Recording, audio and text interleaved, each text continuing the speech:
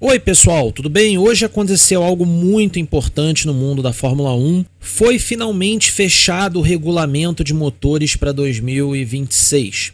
O MGU-H, como todo mundo esperava, deixa a Fórmula 1 por três motivos basicamente. O primeiro deles é custos, segundo, complexidade de desenvolvimento e o terceiro, o acordo feito com Audi e Volkswagen para que estes entrassem então na Fórmula 1. Então o acordo era esse, tinha de tirar esse componente. Dito isso, então o MGU-H fora da Fórmula 1. O motor a combustão, como vocês sabem, segue no padrão V6 Turbo 1.6.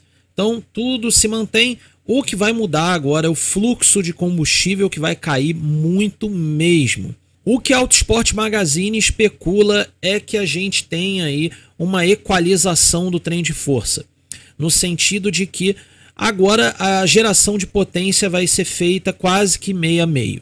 Metade pela parte elétrica e metade pela parte de motor a combustão. Outra questão é o combustível, que vai produzir emissão zero de carbono na atmosfera. Isso é bem interessante também. Para eles é o futuro, é a tecnologia, é o que mais a Fórmula 1 tem se empenhado nos últimos tempos na questão de pesquisa. E por último, o teto para pesquisa e desenvolvimento de motores, né?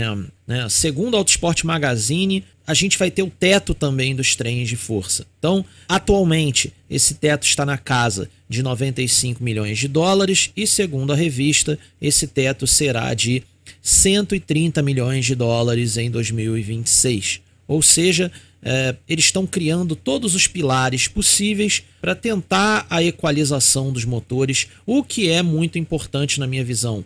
O grande erro da Fórmula 1 em 2014, por exemplo, quando ela começa a era turbo híbrido, é justamente não ter trabalhado tão bem na questão da equalização, o que destruiu os números, destruiu as estatísticas, fora também que deu um salto nos custos da categoria de maneira absurda e destruiu completamente os últimos garagistas sobreviventes. Então, a Fórmula 1 entrou numa cascata de erros e num buraco que ela estava tendo enormes dificuldades para sair desse buraco. E agora ela parece estar chegando no topo dele, está planejando sair dele. Quando eu digo recuperação, é no sentido de recuperação do espetáculo. Esse é o ponto, né? O que a Fórmula 1 puder fazer para gerar o espetáculo, gerar o imponderável, gerar a disputa, não deixar um time só no topo, ou seja, amarrar bem essa contagem de palavras desse regulamento que foi fechado hoje. Basicamente o que foi feito hoje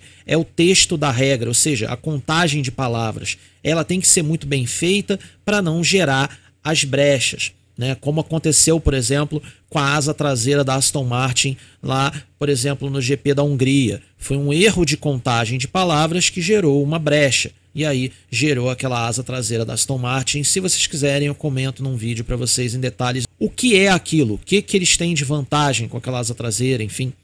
Se vocês quiserem, eu faço um vídeo sobre.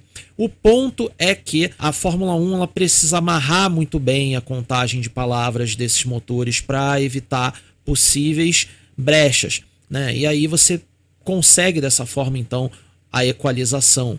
É óbvio, né? A gente sempre vai ter alguém escapando e conseguindo mais desempenho. Isso é assim desde que a Fórmula 1 existe, né? O ponto é que é fundamental amarrar bem a contagem de palavras, tá bom, pessoal?